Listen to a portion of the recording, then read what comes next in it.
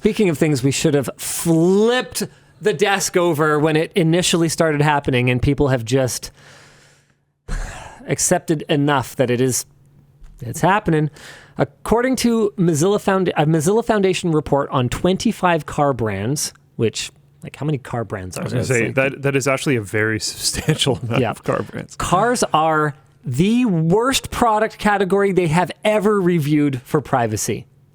Every single brand failed to meet Mozilla's minimum privacy standards and collected excessive amounts of personal information, including photos, calendar information, location, driving speed, musical tastes, race, immigration status, and medical information. Both Kia and Nissan permit the collection of data regarding a user's sex life, and 6 car companies permit the collection of genetic information or genetic characteristics. 84% of the car brands share personal user data with service providers and data brokers. 76% claim the right to sell the information, and 56% are willing to share user information with the government and or law enforcement if requested. Tesla, surprise, surprise, was the worst ranked company in the survey and failed every single one of Mozilla's privacy criteria. You know what's crazy? You know what is squeaky clean on this list? Acura? My car. Really? Not the brand, but my car. Yeah, it doesn't have like smart anything, I don't think. Right? Nope. Yeah. You won't even pay for a map update. Nope. And rightly you shouldn't. That is so stupid. It is very dumb. It's like hundreds of dollars, just in case anyone's wondering. It's like $400. It's really stupid. Like that. Yeah, it's not like $200s. It's a lot. I don't remember how much it is, but it's a lot. Mozilla also says that it could not confirm that any automaker met its minimum security standards regarding data encryption and protection against theft, and that car companies provided less detailed security information about their products than most dating apps and sex toy manufacturers. Mozilla said that it is typical advice to help consumers protect their personal data. It's the wrong it's. Doesn't matter. Minor details. Said that their typical advice to help consumers protect their personal data feels inadequate given the circumstances, and that they have started a petition demanding car companies halt their current data protection programs. Discussion question. What should users do when there is no reasonable way to opt out of a highly invasive product within a given market? How has the automotive industry become this kind of a wild west with respect to privacy? It's been pretty wild. This is a very small but legitimate reason why I haven't wanted to upgrade my car, and I'm not kidding. And I've mentioned this before. I actually like that my car is dumb. I don't know. There's certain things about smartifying a car that like bother me and always have. DMAC asks, how does a car know about your sex life? Well, let me tell you.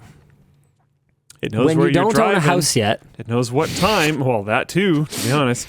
But it also knows where you're driving and at what time. Yeah. And for how long you're there. Your car knows a lot, man. Stuff like that. Yeah, okay. This is great from Trent R in Floatplane Chat. Is it just a matter of like the first politician like getting their mistress outed by a smart car or something, and then like all of a sudden this starts changing? Or like what's gonna be the tipping point for this where it goes the other way? I don't know. Oh man. Yeah, XFN 724. This is a really good point. I think this is the second comment I've had from you this show. I drove a 91 car until 2021 when they wouldn't renew the inspection on it. So that's less of an issue here, where you can not only drive ancient cars, but you even get cheaper insurance. You can get collector's plates and stuff. They ditched it. Yeah. They had a, what was it? Air care. Yeah. Yeah. Even then there were like exemptions for like collectors. And there was very easy ways to get around it. Yeah, it was the whole thing, which is why they ditched it. But in a lot of places, it's not even how harmful the emissions are or anything like that. In a lot of places, it's as simple as, oh, your car's older than that. We will not even try to inspect it. And basically that car just gets put on a ship and sent somewhere else where it will continue to emission however it was here. I don't really understand what problem you think you're solving. And then you just like have to buy a new one. It's that simple. Like I noticed this when I was in Germany. I was like, there's no, and Singapore too. There's no old cars on the road. What the heck? In Singapore, it was explained to me that the lottery system for even getting a license to drive is so expensive to like corruptly bribe your way to winning all the time that basically the only people who can afford to drive a car are the ones who can afford to drive a nice car. That was the way it was explained to me by someone from Singapore. I have no idea if it's still the case. That was a long time ago, and who knows, maybe they were misinformed.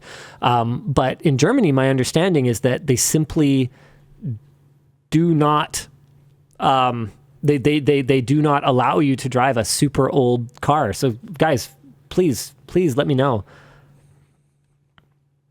if I am mistaken. Oh, I thought you didn't tell people what car you drive.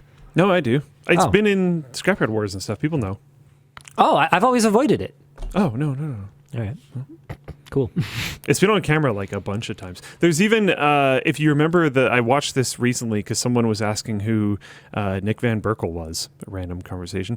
But I brought up Channel Superfun and saw when we pranked, I think it was us pranking Berkel, that the office got broken into or whatever. Nice. Or wait, no. It was us pranking you for something.